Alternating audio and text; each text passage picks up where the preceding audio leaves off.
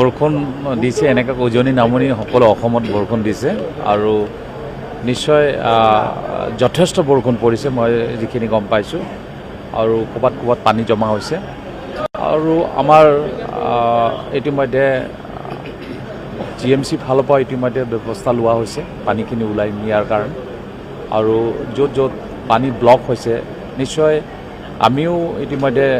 আমাৰ যিসকল ward commissioner আছে তেওঁলোকক টেলিফোন কৰিছোঁ যে যাতে ব্যৱস্থা ল'ব লাগে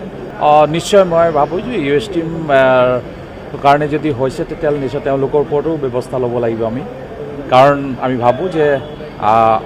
বৰষুণ পৰিলেই পানী জমা হয় বানপানী হয় কৃত্ৰিম বানপানী আৰু ৰাইজৰ অসুবিধা হয় যদি অকল STM নহয় আৰু যদি কিবা অনুষ্ঠান প্ৰতিষ্ঠানে তেনেধৰণৰ যদি তেওঁলোকৰ পানী আহি আমাক বাধা সৃষ্টি কৰিছে বা কৃত্ৰিম বানপানী হৈছে নিশ্চয় তেওঁলোকৰ ওপৰত আমি ব্যৱস্থা ল'ব লাগিব কংগ্ৰেছে মানি লোৱা নাই কিন্তু US টিম চাওক কংগ্ৰেছ AGP BJPৰ কোনো কথা নাই ইয়াত আমি গুৱাহাটী মহানগৰখন খুব সুন্দৰভাৱে সজাই তুলিব লাগিব বাহিৰৰ পৰা মানুহ আহিলে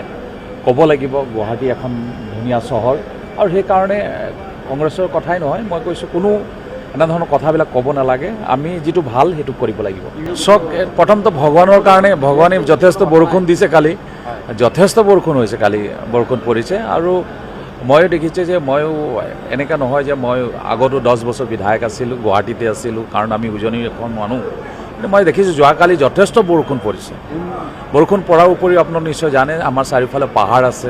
ওচৰত মেঘালয় আছে গতিকে পানীখিনি অসমলৈ আহি যায় যাৰ কাৰণে এটা কৃত্ৰিম বানপানীৰ সৃষ্টি হয় এনেকৈ থাকিব নে উন্নয়নৰ শ্লোগান নিশ্চয় এইবিলাক সমাধান নিশ্চয় কৰিব লাগিব আমি সমাধান কৰি থকা হৈছে কিন্তু আগতো বেছি পানী হৈছিল আপোনালোক কেতিয়া আহি সাংবাদিক হৈছে মই নাজানো কিন্তু আপোনালোক মই যেতিয়া 2001 চনত যেতিয়া মই বিধায়ক হৈ আহিছিলোঁ মই 207 নম্বৰ মই হোষ্টেলটোত আছিলোঁ তাত এনেকুৱা হৈছিল যে হোষ্টেলত মই নিজে যাব পৰা নাছিলোঁ তেনেকৈ এটা দিন আছিল কিন্তু আজি তাৰিখত যথেষ্ট পৰিৱৰ্তন হৈছে এনেকুৱা নহয়